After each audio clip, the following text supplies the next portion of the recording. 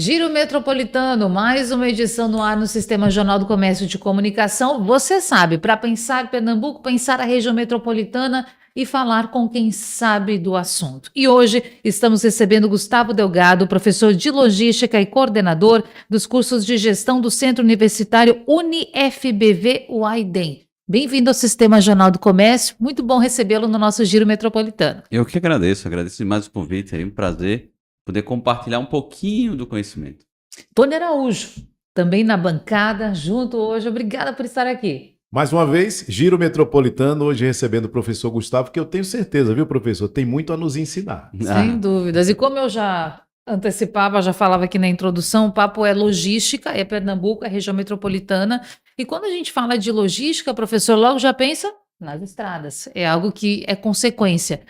Tem se feito, tem se avançado, por exemplo, em duplicação de BR-232, como nós vamos ter um tempo aqui bacana, interessante para avançar, eu queria do senhor essa primeira avaliação, em termos de logística e estradas hoje, estradas que cortam rodovias federais, rodovias estaduais, Pernambuco está bem servido? Depende do parâmetro, né? Se a gente pensar em tempo histórico, sim, avançamos um monte, né? Mas quando a gente também pensa no que precisa ser feito, ainda falta muito. Né? Quando a gente fala aí de todos os gargalos que a gente tem aqui em Pernambuco, a gente tem a necessidade tão famosa aí do arco metropolitano. Imagina que a gente tem uma BR que praticamente passa por regiões urbanas, né? Quem vive nessa dilema, inclusive diariamente, para quem trabalha, né, em Suape, na região sul do estado, sofre diariamente com isso. Então imagina o que é essa conexão. E essa falta de estrutura para fazer essa conexão, né, de um ponto a outro, do ponto de vista diário, né? A gente está falando aqui de coisas pontuais, eventuais, é diariamente. Então, a gente, com esse olhar, tem muito que precisa fazer aqui também. Tony. Professor, como é que Pernambuco se insere, como é que ele se posiciona nessa questão da logística, nesse cenário logístico? A gente falando aqui sobre mobilidade e tal, certamente a gente vai aprofundar, mas hoje, com a estrutura que tem, com a infraestrutura que tem, como é que Pernambuco aparece no cenário nacional? Perfeito. Pernambuco aparece aqui, principalmente para o Nordeste, como grande polo, né, de conexão. Imagina que a gente sempre fala isso, né? Pernambuco e Recife está quase que equidistante de 3 grandes polos. Imagina que a gente está, né, nessa região a 800 e poucos quilômetros do Ceará, né, de Fortaleza, a quase a mesma distância de Salvador e quase a mesma distância do Vale de São Francisco. Então a gente tem aí essa importância central de Pernambuco, de Recife, e é por isso que tanto o aeroporto e os nossos portos são importantíssimos para isso aí. O que a gente precisa fazer é fazer com que toda essa produção e todo esse cenário possa escoar para os nossos portos e aeroportos. E aí com a, né, falha nessa malha rodoviária até então, restrita até então a malha rodoviária, a gente tem esse grande gargalo, o que faz muitas vezes com que a gente perca a oportunidade de viabilizar, né, um fluxo de mercadorias pelo porto de Suape e pelo aeroporto. E aí a gente termina perdendo, inclusive, para os nossos concorrentes, né, que são 2 outros grandes polos, que é o polo no Ceará e que é o polo na Bahia. Não dá para falar, perdão, Natália, não dá para falar de mobilidade no sentido logístico sem falar também da Transnordestina, né, professor? Total, total. Imagina o que o que pode e precisa vir a ser a Transnordestina, conectando, inclusive, a esses nossos, né, portos e aeroportos. Então, isso aí para a gente é fundamental. E viabilizar toda a estrutura. Imagina a riqueza que a gente tem no nosso sertão, no nosso agreste, no nosso sertão, e que pela própria Transnordestina pode também ter mais um polo de conexão e de escoamento que serão, né, nossos portos e aeroportos. E essa é justamente a toada da continuidade do tema, né? Porque justamente eu pensava nas ferrovias. Há quantos anos que trens não passam no estado de Pernambuco? E a importância disso para fazer esse escoamento. Certo, mas muitas vezes somos saudosistas, não é? De pensar no passado, de lembrar como foi, de lembrar como era. O Brasil abandonou em determinado momento da história essa política de fazer o transporte da carga pela ferrovia, optou pelas estradas, pelas rodovias. Enfim, o resultado está aí e precisa se discutir. Mas se, professor, se hoje Pernambuco pensasse efetivamente em levar a sério, reativar ferrovias, claro que a gente bota a Transnordestina nesse papo, mas para ir além, precisaríamos de muito investimento para reativar essas ferrovias, porque aí você tem que talvez questionar iniciativa privada entrando nessa jogada. Total. Porque a gente já teve muito investimento, né? O problema é a descontinuidade. Imagino que grandes trechos que já foram pensados, planejados, e de repente uma descontinuidade nesse investimento e nesse olhar faz com que aquilo que foi investido termine se perdendo. E aí muitas vezes é uma retomada que gera ainda mais custo, que gera ainda mais, né, dificuldade. Então esse é um primeiro ponto. Um outro ponto importante que a gente precisa dizer, Natália, aqui também, é o seguinte: imagina que internacionalmente o que se conhece de logística a recomendação é que para distâncias até 300 quilômetros possa ser rodovia. A partir de 300 quilômetros precisaria ser, ou ainda existe um estudo mostrando aí como é muito mais eficiente ser através de ferrovias. O que significa? Significa que qualquer conexão para Fortaleza, para Salvador, para o Vale do São Francisco, em tese, precisaria ser ferrovia. Que ferrovia a gente tem? E há quanto tempo a gente não tem? Ou seja, imagina há quanto tempo a gente está nessa ineficiência logística. E é um investimento, como eu já falava, muito alto. Será que Pernambuco está preparado para fazer esse investimento, professor? Pois é. E aí eu super acredito, aí mais uma opinião privada, eu super acredito que é preciso que seja exato, né, um olhar do planejamento público-privado, né, que a gente possa realmente tocar isso.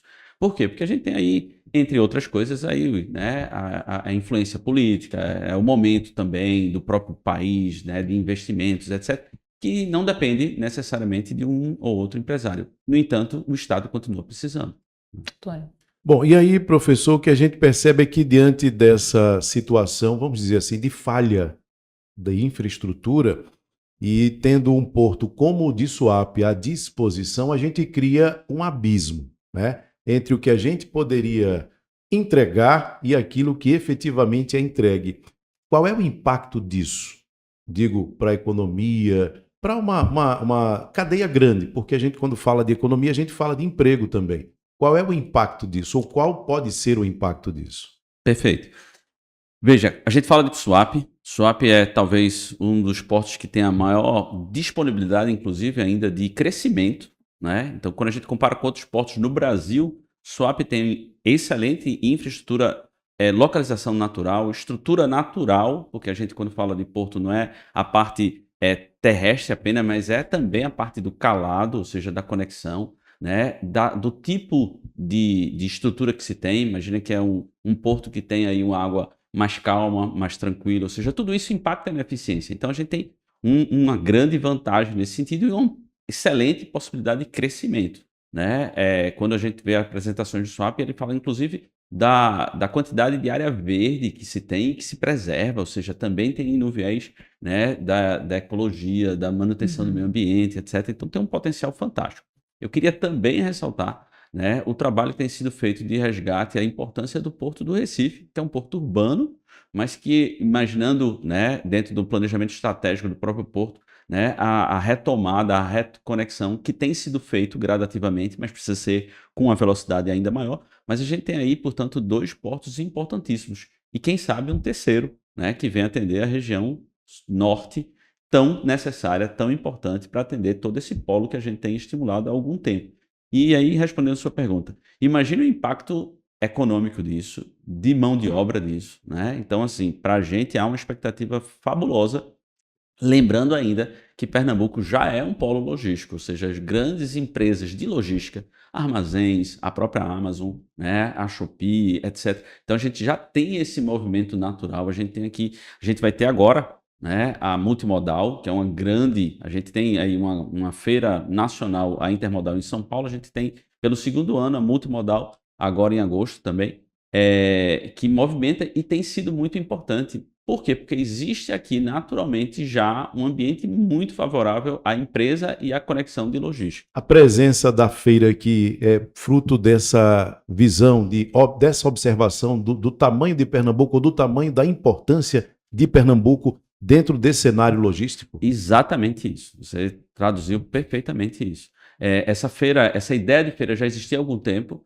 e aí nessa retomada percebeu-se a necessidade de ter. Eu lembro que ano passado foi uma coisa, né, um projeto piloto, vamos dizer, mas extremamente sucesso. A gente participando da feira percebia esse movimento, esse engajamento. Todas as empresas daqui do estado e de fora do estado já estavam vindo, e esse ano acredito que o sucesso será ainda maior diante do primeiro sucesso que a gente teve. Mas exatamente por isso, pela importância que a gente tem aqui em Pernambuco, na região Nordeste, quem sabe, né, pela própria ideia dessa desenvolvimento ainda maior de ferrovias, a gente pode pensar agora da região, né, não só do Nordeste, mas nacionalmente. Porque quando a gente tem o desenvolvimento das ferrovias, a gente tem a possibilidade de escoar a produção do Centro-Oeste, né? Suape já faz esse movimento de participar de feiras no Centro-Oeste, dizendo, olha, nós somos um porto que podemos também escoar o nosso celeiro, né? A nossa soja, tudo que a gente produz aí, né? Da parte de alimentos, de grãos, etc. Por que não? Né? Hoje pensar isso, rodovia é muito complexo, mas amanhã pensando ferrovia pode fazer todo sentido.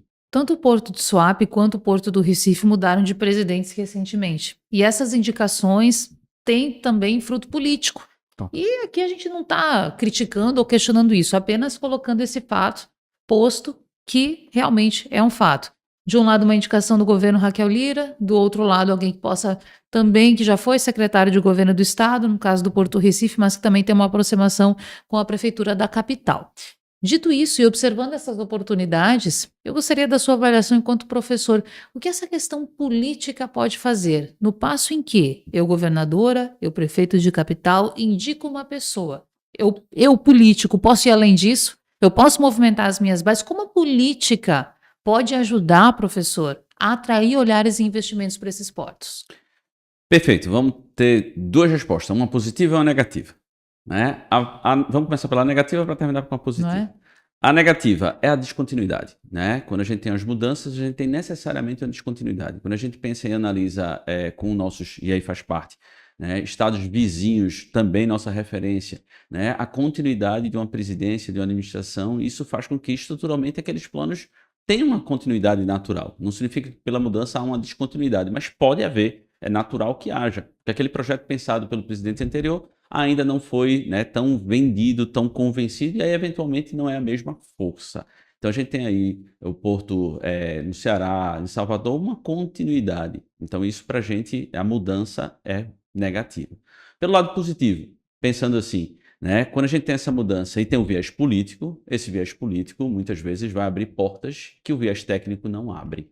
Então a gente precisa também analisar esse olhar, né? O que é que foi feito até então do ponto de vista técnico, mas que do ponto de vista político, eventualmente, a gente sabe, né, é aquela conexão, é a própria parceria, né, daquele político com outras áreas políticas que vão abrir outras portas. E é isso que a gente espera que aconteça aqui com essa mudança. Né? Eu tendo a sempre pensar do lado positivo, Claro. né? Pensar que é isso que vem acontecer aqui com a gente. O temor, por vezes, é colocar o binóculo e ver que 2026 está logo ali. Tá. E imaginar que mudanças podem acontecer, porque um período eleitoral é natural que esse processo aconteça, não é? E também essa questão técnica, não é? A necessidade das pessoas terem a capacitação. Claro que eu não vou perguntar aqui para o senhor acha que os atuais presidentes têm capacitação técnica suficiente para estarem ali. Mas o Porto de Suape, inclusive a gente tem acesso aqui ao material, falando que ele se firmou como um dos principais pilares logísticos do país em 24, atingiu o segundo melhor desempenho da sua história, movimentando mais de 24 milhões de toneladas de cargas, o que é um crescimento de 3,6% em relação ao ano anterior. Só que hoje vivemos também, né, professor, realidades diferentes com relação às relações internacionais, às tarifas que estamos Essa possibilidade, né? Isso pode impactar, professor? Já está impactando. Quando a gente fala, isso é importante. Quando a gente fala da possibilidade, né, sim, há uma possibilidade, mas o empresário... O impacto já é real. Já é real. Isso. O empresário não espera saber... Até no sentimento, na sensação. Não espera acontecer, né? Isso. Por quê? Porque imagine o seguinte, quando a gente fala internacionalmente, tem um chamado transit time, o tempo de trânsito. Ou seja, imagine o que é embarcar hoje para que se chegue em um determinado momento que a gente não tenha certeza que vai ter a tarifação ou não, mas o empresário americano, vamos dizer, né, vai dizer, e se chegar aqui e tiver de fato que sobretaxar isso aqui, como é que vai acontecer? Eu prefiro não. Então, eu que também trabalho na área de comércio exterior, conheço vários empresários que, de fato, receberam um cancelamento, ou pelo menos a suspensão do pedido. Então, imagina produtos e containers já no porto, e não só aqui, no Brasil inteiro, né? Mas aqui, fortemente, a gente tem o impacto da parte de frutas e pescado, né? Coisas já contratadas, vendidas, mas que, diante dessa possibilidade, o empresário não quer correr esse risco. Né? Então, aquilo que pode acontecer na verdade, do ponto de vista prático de negócio, já está acontecendo. Até porque, para que a nossa audiência compreenda, né, um navio que sai daqui, ele pode levar até 15 dias para chegar. Então, ele pode sair daqui em julho Pode e acontecer. chegar lá já em agosto com a tarifa em operação. E né? é isso mesmo. Essa é a questão, Essa é a né? questão. Então, para estar chegando, né, lá por volta do dia 10, 7 de agosto, ou seja, necessariamente pós, precisava estar saindo já, né, final de julho. Então, a gente já tem esse movimento. Já pensou que é voltar do meio do caminho? Não né? é? Imagina. O É prejuízo, muito né? dinheiro Então, envolvido. por isso, o impacto já é real, né? É real. Em que pese a tarifa ser uma possibilidade, uma vez que a previsão é que comece a vigorar a partir de 1º de agosto, mas os impactos já são sentidos na cadeia produtiva. Né? Já. E aí, voltando para a parte política, já também há um movimento político para que a gente possa, né, os empresários possam se juntar e tentar perceber, diante das eventuais possibilidades de negociação, essa conversa, porque a ideia é que seja uma coisa genérica, mas cada caso é um caso. Então é preciso que a gente faça esse movimento para que a gente possa explicar, ou entender, ou negociar. Acho que a palavra é essa. Né, eventuais saídas para alguns dos segmentos específicos, que aqui em Pernambuco a gente vai ter um impacto muito grande. Agora, o senhor falou para a gente também que Pernambuco hoje pode ser visto como um polo, o tal do hub logístico. Essa tensão, esse título, ele passa por quais cidades? A região metropolitana está envolvida nisso, professor? Completamente, completamente. A gente, na verdade, tem uma chamada até a grande região metropolitana, né? Então, quando a gente pensa aqui a região metropolitana, a gente também está pensando, logicamente, até o nosso porto de Suape, mas avançando. Esse talvez tenha sido um grande trabalho de interiorização. Então, a gente tem aí, né, quem participa ou passa pelas nossas rodovias vê grandes armazéns. Porque quando a gente fala de logística, a gente fala de infraestrutura, estradas, rodovias, etc. Mas né, quando a gente fala em logística, a gente fala transporte, mas fala em armazém, ou seja, estoque. Então, quando a gente vê grandes depósitos, grandes armazéns, que são armazéns de empresas que trabalham oferecendo esse serviço de controle de estoque e armazenagem, a gente também está falando de logística. Então, a gente tem aí, né, um grande polo por, inclusive, isso. Né? A gente tem vários armazéns ao longo das próprias estradas e a gente vai vendo isso, quer seja na região sul, quer seja na região norte, e quer seja para o nosso exterior, o que é também importante, para que a gente não centralize. Porque do ponto de vista até urbano, é muito ruim quando a gente deixa tudo aqui na capital. A gente precisa fazer essa interiorização que tem sido feito aí, né, de forma gradativa, mas isso é importante. Então a gente termina viabilizando, né, o Estado como um hub logístico. E aí, professor, a partir da criação da chamada região metropolitana, obviamente que essa expansão, quando ela acontece, ela precisa, ao máximo possível, se dar de forma igualitária. Hoje, não percebemos isso. Inclusive, é uma queixa dos prefeitos da região metropolitana norte, porque quando a gente fala de região metropolitana, a gente fala muito, ou pensa muito, pelo menos, na região metropolitana sul. Tudo bem, temos em Jaboatão um aeroporto, temos Suape, né, também fazendo parte da região metropolitana sul, mas a região metropolitana norte tem o seu potencial, mas também tem os gargalos que podem ser decisivos, talvez, para que essa expansão não tenha se dado da mesma forma para lá também, né? Perfeito, é isso mesmo.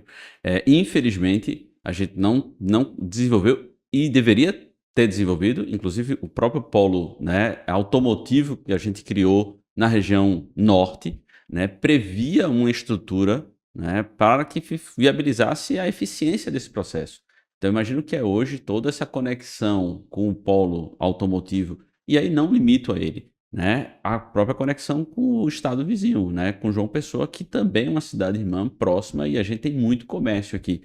Imagino que é tudo isso necessariamente centralizar e passar para uma área urbana de uma cidade fantástica que é Abreu e Lima. Então, quem convive nesse fluxo, né, muitas vezes tem a dor de dizer, rapaz, eu tenho que passar pelo puro Abreu e Lima. Como a gente já teve no passado, quando a gente pensava em ir para o interior de Pernambuco, que a gente passava, quem lembra, né, por dentro de Vitória e Santo Antão. Hoje a gente não passa, o que é importantíssimo. O nosso fluxo para Caruaru, para o nosso interior, tem sido muito melhor do que foi o passado. A gente precisa fazer esse movimento, né? É necessário. E não é de hoje, a gente já está atrasado com isso, né? A gente já tem uma importância toda no setor automotivo da região metropolitana norte, e eu estou colocando como exemplo forte, mas todas as outras demais necessidades, que a gente não pode manter esse gargalo, né? Então precisa ser feito realmente de forma Ou então a urgente. gente corre o risco de perder, no caso da região norte, perder até, ou a região norte pode querer dar um jeito de se desenvolver, porque, por exemplo,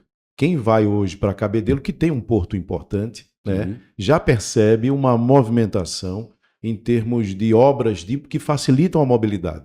Então a gente passa por João Pessoa, vai para Cabedelo, tem muita obra, né, e talvez acabe sendo a saída Isso. para a região metropolitana norte, se algo não acontecer que facilite esse diálogo com que a gente tem aqui com o Porto de Suape, o aeroporto. Tudo bem, tem a questão do arco metropolitano, mas até nisso, né? O que diz respeito à região sul anda mais rápido do que a região norte, embora a gente entenda que há a questão de licenças ambientais envolvidas e tal, mas tudo para a região metropolitana sul anda mais rápido do que para a região metropolitana norte, e de repente a região metropolitana norte pode querer como saída sair para Paraíba mesmo, né? Perfeito.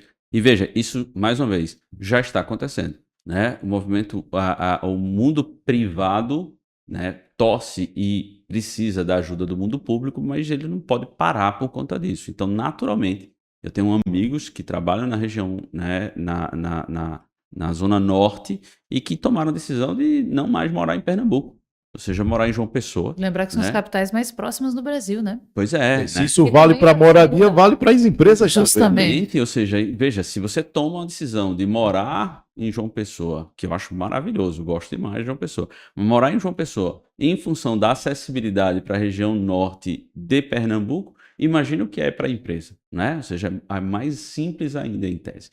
Esse é um ponto. Um outro ponto acontece já.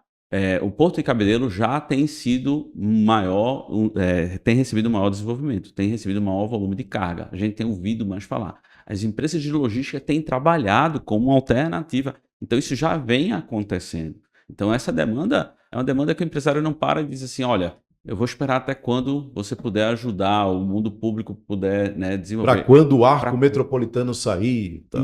Isso não faz parte, né? É uma dor. Veja, a gente no mundo privado não para e diz assim, não, tá tudo bem, deixa o mundo público resolver quando quiser, de jeito nenhum. Né? A gente continua reclamando, pressionando, etc. Mas a gente, né, tem que achar a nossa solução. Afinal de contas, o negócio não pode parar. Então, a gente percebe muito isso, tá? Essa é uma dor real, atual também. E nesse sentido tem duas questões. Com relação ao arco, foi dividido em dois. Uma licitação por parte do governo do estado, outro trecho a ser ainda licitado pelo governo federal, não tem essa previsão. O estado já está se movimentando, já lançou a licitação. Com relação à Transnordestina, o pernambucano olha para as notícias, escuta na Rádio Jornal, lê no Jornal do Comércio, vê na TV Jornal, o seguinte, Ceará está bombando, Ceará está à frente. Recentemente o presidente Lula esteve no Ceará e disse o seguinte, 75% está concluído. Qual é o ânimo do pernambucano e do empresário vendo essas notícias, ouvindo essas notícias, professor? Pois é tenso. Digo mais, imagina quando tiver 100%. Né? Quando tiver 100%, o fluxo já vai estar acontecendo para um segmento, para um destino. Ou seja, qual vai ser o impacto de a gente, né, já existe um fluxo, já vai estar escoando, e a gente fazer essa tentativa de conexão para o nosso porto aqui, vai ser ainda mais difícil. É por isso que essa movimentação toda de tentativa dos empresários junto com a governadora, etc., é importante ainda antes de completar os 100%, porque é como se fosse assim, olha, eu já resolvi um problema, pensando nacionalmente, eu já resolvi um problema, o Nordeste já consegue ajudar a escoar a nossa produção, etc, etc. É como se a gente estivesse pensando agora no plano B. Puxa vida, né? Pernambuco como um plano B. E aí, para ser um plano B, já deixou de ter uma dor muito grande, né? Então é por isso que é urgente. Muito mais coisa vai precisar ser oferecida, né? Para poder atrair esse pessoal que já está, vamos dizer assim, consolidado, vai estar consolidado. fazendo o transporte por outras vias. E no momento em que a reforma tributária também tira gradativamente os incentivos. Então, você vai ter o quê para oferecer? E aí a conexão, a junção de vários pontos tensos, né? Quando a gente olha para o mundo logístico, é exatamente isso. Ou seja, a gente vai estar com um fluxo já definido para o estado do Ceará, para que a gente pense em retomar aqui ou conectar aqui, quando já funciona, no primeiro momento, e o segundo é esse, sem o incentivo, né, em função da reforma tributária. Ou seja, e aí, qual vai ser a nossa solução? Então, essa é a nossa grande preocupação. No passado, faltou força política para que a gente conseguisse, enquanto Pernambuco, andar no mesmo passo que o Ceará, professor? Só pergunta difícil para ele. Muito difícil, muito difícil. Veja, O que aconteceu? Por que esse rumo foi traçado? Pois é, veja, eu não sou da área política, Sim. então, mas assim, como ouvinte e ouvindo muita gente, que a gente teve um movimento forte, né, quando Eduardo Campos puxou isso lá atrás. E a gente tinha isso muito forte, era uma coisa muito certa. Com o falecimento, a gente, né, perdeu necessariamente, talvez, essa grande força. E Ceará manteve, né? Eu costumo dizer que o Ceará tem aí uma estrutura de associação de empresas junto com o próprio governo, não só o estadual, mas dos seus municípios. Eles têm uma conexão muito forte. E eles fazem esse trabalho muito bem. Não estou dizendo que o nosso não faz, mas quando a gente compara, a gente vê que, de alguma forma, se consegue uma efetivação, né, uma eficácia nesse processo muito maior que o nosso. Falando a mesma língua, união. Pois é. Isso. O que é importante demais, né? Exatamente. Agora, voltando para a região metropolitana e voltando também para esse nosso link de hub logístico, nós ouvimos recentemente aqui nesse espaço do Giro Metropolitano, professor, o prefeito de Jaboatão dos Guararapes, segunda cidade em PIB no estado, segunda cidade em número de habitantes, e que tem se destacado como um polo logístico no estado de Pernambuco, certo? E as estradas e esta infraestrutura de Jaboatão, é isso que está fazendo a diferença? Não acredito. Eu acredito que é a própria concentração que Recife, então ele necessariamente demanda. E aí, próximo de Recife, a gente tem aí Olinda, Jaboatão. Jaboatão, a gente tem o próprio aeroporto, então faz muito, muito sentido isso. Então há essa conexão possível para o Jaboatão. Jaboatão também está a caminho do Cabo, que é um outro polo, ou seja, é natural, né, uma dimensão, uma expansão aí desse movimento para Jaboatão. Mas infelizmente, todas as nossas cidades e toda a nossa região precisa fazer esse trabalho de infraestrutura. Imagino que a gente ter aí essa conexão feita pela BR, que hoje nos ajuda nisso, mas que é quase a sensação de quem participa do dia a dia, é quase que não é mais uma BR, passou a ser uma via quase que urbana, né? A gente está ali dentro. Então é fundamental aí a conclusão do arco metropolitano para a gente realmente fazer a eficiência desse processo, né? Sim, certo. Mas então vamos lá. Jaboatão utiliza muito isso, inclusive, para sua renda, para a prefeitura ter recursos e atrair empresas. Só que também está fazendo isso, né, professor? Porque tem área. O senhor já falava isso. Jaboatão, essas cidades têm área para instalar, inclusive os armazéns que o senhor bem explicou para a gente. Pensando em capital, pensando em Recife, existe uma possibilidade de Recife também se tornar um polo, talvez não tão parecido, mas expandir um pouco mais a logística e esse armazenamento por aqui? Tem onde crescer, onde implementar isso tudo? A cidade já é tão congestionada em espaço para moradia, em densidade demográfica? E aí deixa eu colocar mais um molhozinho nessa questão. Ou vai ficar o Recife como vamos dizer assim, o polo que vai poder se expandir é o polo de tecnologia. Veja, eu acho que geograficamente a gente tem a nossa própria limitação, né? Recife é uma cidade importante, em que temos cidades importantes vizinhas nossas. A gente tem a limitação do mar à frente e a gente tem, né, como interiorização. Perfeito. Mas quando a gente começa a se interiorizar, a gente tem necessariamente as próximas cidades. Então eu não acredito que a gente tenha, porque logística demanda espaço, né? Demanda áreas, e não é só a área da estrutura do armazém, mas imagina o que é um pátio de caminhões, né? A gente tem aí pátios de caminhões que precisam de uma área até muitas vezes maior do que o próprio armazém. Então é espaço, é geografia de fato. Então eu não acredito que Recife consiga diante do que a gente tem, né? A gente tem aí uma densidade muito grande, a gente vê, né, a quantidade de carros no dia a dia, ou seja, fazer de Recife talvez não seja estrategicamente o interessante. E talvez sim, seja estrategicamente interessante a gente contar com as cidades vizinhas e irmãs próximas e que tenham espaço, que tenham possibilidade de desenvolvimento e crescimento. E aí, por que não, né, focar na área de tecnologia, né? Isso eu acho que faz muito sentido. E aí temos que lembrar de Olinda, porque tem um espaço bastante reduzida e, por óbvio e naturalmente, tem o seu foco também em questões culturais, tradicionais, é um berço da humanidade, patrimônio da ONU, mas não tem espaço, professor. Não tem. E Isso. aí? E aí a gente pula a Olinda e aí vai para a seguinte, né? E aí a gente vai se afastar. É por isso que se pensou, por exemplo, na própria Goiânia para o polo automotivo, porque não está tão distante, mas tem área, ou seja, tem condições de crescer e precisa. Então a Uhum. gente tem aí esses dois grandes eixos, Suape e a região próxima a Suape, e aí conectando Jaboatão e a região metropolitana, o polo de Goiânia, e aí as conexões, e a gente imagina que as cidades também próximas vão se desenvolver naturalmente, e a gente tem a interiorização, né? A gente tem Vitória e Santo Antão, a gente tem algumas já grandes indústrias em Vitória e Santo Sim. Antão, Pombos, Vitória, isso, aquele Pombo, trecho. Vitória, ou seja, a gente já tem, né? Caruaru, mais distante, mas também próximo, que aí já tem vários outros polos.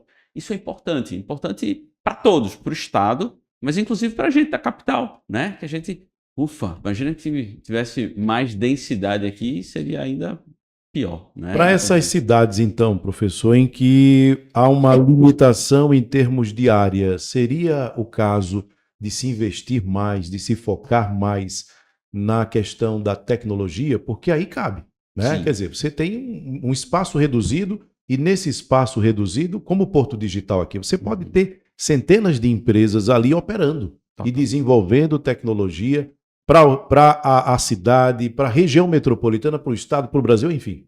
Né? No caso da tecnologia, talvez essas cidades isso fosse uma solução. Perfeito. Acredito piamente nisso. Conheço, inclusive, movimentos disso. Né? Imagino que é um movimento de tentar fazer Olinda também, né, um centro de história e tecnologia ao mesmo tempo. Imagina que bacana isso. Incentivar o né? serviço, essa produção. E aí esse mundo nômade digital, poder morar, trabalhar numa cidade histórica, boêmia, né, culturalmente forte, isso pode fazer muito sentido. Então eu acredito realmente nisso. E aí voltando ainda, eu esqueci na pergunta anterior, São Lourenço. Né? São Lourenço aqui Sim. próximo, que tem espaço e tem se crescido também nesse sentido. Então, são áreas aí importantes, próximas a Recife, e que faz muito sentido. E que é região metropolitana, está um pouco metropolitana, distante, mas está pois dentro dessa grande metrópole, né? Metrópole, pois é.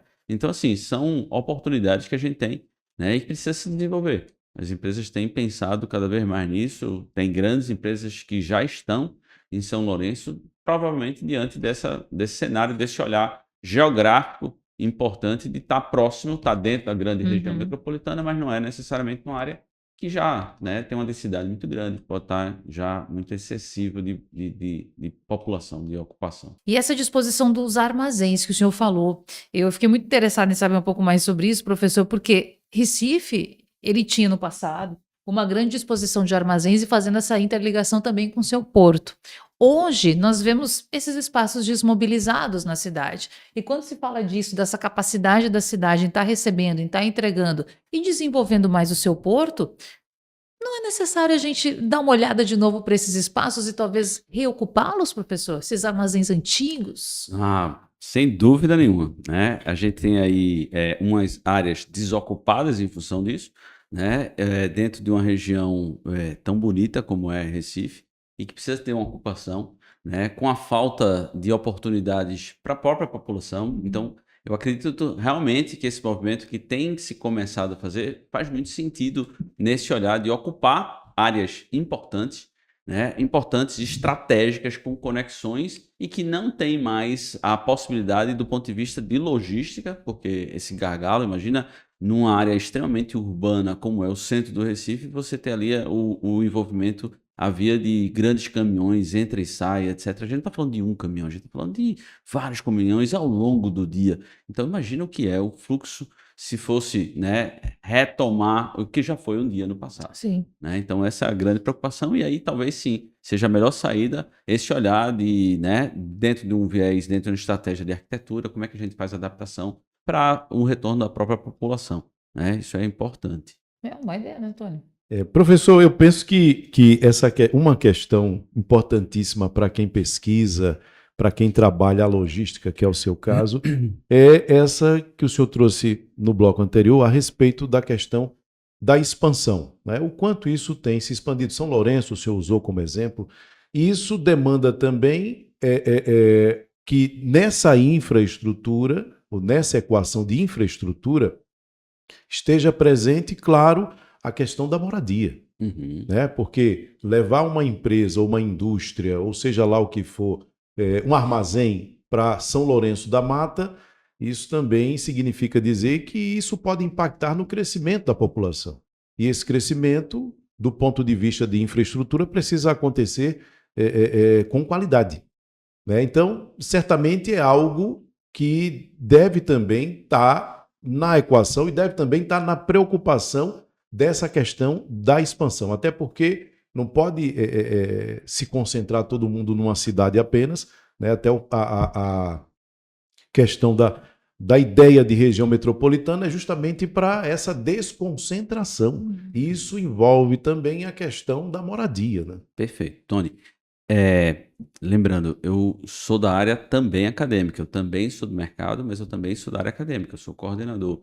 Então, eu estou em contato com os alunos. E aí, a mobilidade, a necessidade da mobilidade urbana é uma dor real. Quando a gente pensa em moradia, e aí meus alunos, a gente está colocando esse pessoal no mercado de trabalho, a gente percebe cada vez mais a importância atual disso. Ou seja, a gente tem a oferta de estágio de emprego, em que a empresa termina não fechando, ela entra em contato com a gente para a gente divulgar entre os nossos alunos, afinal de contas, a instituição de ensino é naturalmente quem capacita ou deve capacitar para isso. É a ponte. E aí, eu, como coordenador, eu faço esse elo muitas vezes, e aí eu vou recebendo feedback dos alunos e da própria empresa, e aí às vezes acontece de a empresa dizer, rapaz, eu não recebi currículos, como é que tá isso? E aí quando eu sondo com os alunos, professor, não dá, é muito distante. Ou seja, veja a importância, né, da questão da moradia, né, via mobilidade urbana para essas decisões. Então é importante sim, nessa equação, como você bem disse, né, pensar em desenvolver essas regiões, mas também pensar nas moradias, porque vai necessariamente impactar, né, no deslocamento. Faça um paralelo, quando a gente pensa em China, né, qual é o grande movimento China? A China pensa estruturalmente em áreas ou desenvolver empresas e ela naturalmente desenvolve, a própria empresa faz isso. Ela desenvolve a construção de moradias, faz parte da cultura. O ambiente, né? O ambiente. Então, quando a gente diz assim, o operário chinês, ele vive na empresa, literalmente, porque as casas estão, às vezes, até dentro da própria área da empresa. Não estou dizendo que precisa ser isso aqui. Apenas que, sim, esse movimento faz, né? Faz sentido. Né? A própria Coreia do Sul, né? Quando a gente faz o movimento, a Coreia do Sul, você tem ideia, isso desde a década de 80, quando você pensa em abrir alguma empresa, alguma indústria na Coreia do Sul, o governo participa sugerindo para você qual é o melhor local em função da geografia. Ele diz, pensa em se situar nessa cidade aqui, porque aqui vizinho a gente tem tais e tais indústrias que vão ser seus fornecedores, mas a gente também tem mão de obra, porque faz sentido isso. Ou seja, então é um movimento estratégico que precisa ser pensado em conjunto com você. Aliás, isso já foi uma prática aqui. A gente tem as vilas operárias, né? Vilas que hoje existem, que se desenvolveram ao redor de fábricas, como é o caso de vilas em Paulista, né? Que começaram como vilas operárias, né? Justamente atendendo a essa questão. E ouvindo o professor, eu lembro também dessa questão das pessoas que já moram naquele local, em que a empresa estará se instalando e pensando em todo esse contexto logístico favorável. Por exemplo, o Porto de Suape, recentemente nós falamos com o novo presidente, o Dr. Armando, e ele falava sobre uma comunidade indígena que reside nas imediações e que este momento é de conversa, é de diálogo para fazer uma desapropriação, para poder cuidar desse local, manter toda essa parte de meio ambiente, todo esse cuidado com a terra, para que essa cultura seja mantida ali e para que essa comunidade indígena seja levada para um local seguro que também não se afaste muito de onde eles estabeleceram a sua vida e a sua rotina. No momento atual, que é tão tecnológico, professor, em que a inteligência artificial também está dentro da logística, em que as estradas, o senhor disse, estão recebendo mais investimentos, parece que tudo caminha num curso. Mas e esse plano ambiental? Pernambuco está lidando com isso? Está sabendo lidar com isso? Pois é, tão difícil, né? A gente buscar esse equilíbrio. Esse equilíbrio é muito difícil. Pronto, só aí me permita mais uma vez me intrometer para dizer, é justamente isso, essa questão desse crescimento sustentável sob esses aspectos. Sustentável do ponto de vista ambiental e sustentável que se sustente no tempo. Perfeito, perfeito. Veja, existem várias ideias que barram na questão ambiental. E aí, o ponto é, será que a gente, eventualmente, e não estou aqui para julgar, às vezes não está sendo muito radical para o meio ambiente, ou ao contrário, será que a gente não está sendo muito radical para o mercado? Ou seja, buscar esse equilíbrio é muito difícil, é muito difícil. E é para isso que precisa ser, né? E aí muitas vezes leva o tempo, os estudos, e vai para lá, e vem para cá, e um volta, e aí é uma pressão, e aí de repente uma pressão política viabiliza. Mas assim, esse equilíbrio é muito difícil. A gente muitas vezes, enquanto cidadão e não público, critica o público por conta disso. Mas pensando como público, é muito difícil. Inclusive, imagina tomar uma decisão em que tem um impacto lá na frente, que não foi feito um grande estudo, Tanto ambiental né? quanto na vida das pessoas, né? Ou seja, é realmente complexo. E talvez por isso eu não penso nunca na área pública, porque Não é? eu não quero ter essa dor de cabeça. E questões como essa também podem ser avaliadas no caso de Abreu e Lima, por exemplo. Você mudar e, de fato, ter um arco metropolitano vai mudar a rotina das pessoas.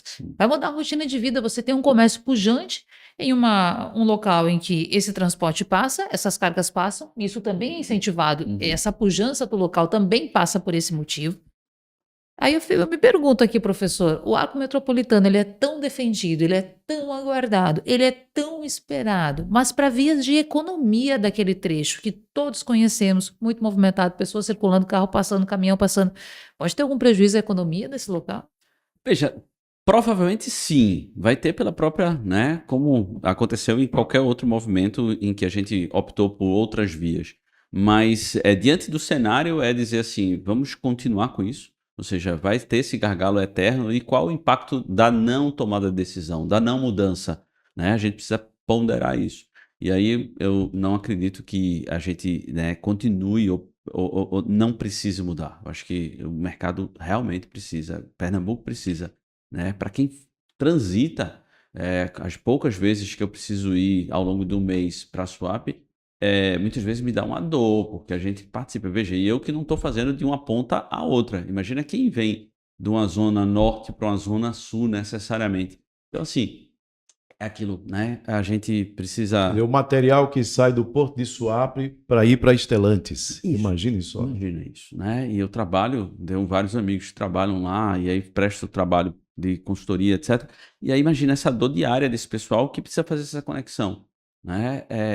Veja, é a importância e a necessidade de se resolver esse problema em detrimento de uma Sim. economia que a gente não está dizendo que vai acabar, mas que vai ter Que pode impacto. sofrer um impacto. Sem É dúvida, porque é sem dúvida. tanto movimento que você começa a questionar, mesmo sabendo da importância do arco metropolitano. Sim. Bom, nós estamos nos encaminhando para o final. Tony Araújo, mais alguma questão para o professor? Sim, Pernambuco se consolida como hub logístico, professor. Isso aí, do ponto de vista do emprego, o que é que tem gerado e qual é a qualidade desse emprego que tem sido criado a partir dessa realidade? Perfeito. Veja, sim, Pernambuco se posiciona como um hub logístico e se posiciona também como um polo de formação de profissionais nessa área. Isso é muito importante a gente dizer. Eu digo quando eu recebo empresários de outras regiões do Sudeste, etc., e que se impressionam pela qualidade da nossa mão de obra. Lógico, a gente quando fala de logística, a gente fala do nível mais baixo ao nível de alta gestão. E isso é bacana, porque a gente está trazendo oportunidades em vários segmentos, em várias áreas de conhecimento. E o feedback que a gente tem tido é isso. Puxa vida, que bacana, a gente tem grandes profissionais aqui, a gente tem uma competência aqui. Isso serve para todas as instituições de ensino e de formação, o próprio Sistema S, fundamental nesse processo de formação também, né? E todas as instituições de ensino nesse fluxo de formação. O que a nossa preocupação é que a gente não perca essa qualidade, né? Porque às vezes acontece de, né, estarmos acostumados a isso e aí vai perdendo foco e aí, né, eventualmente. E percebemos também que estados vizinhos têm desenvolvido isso. Isso é muito importante.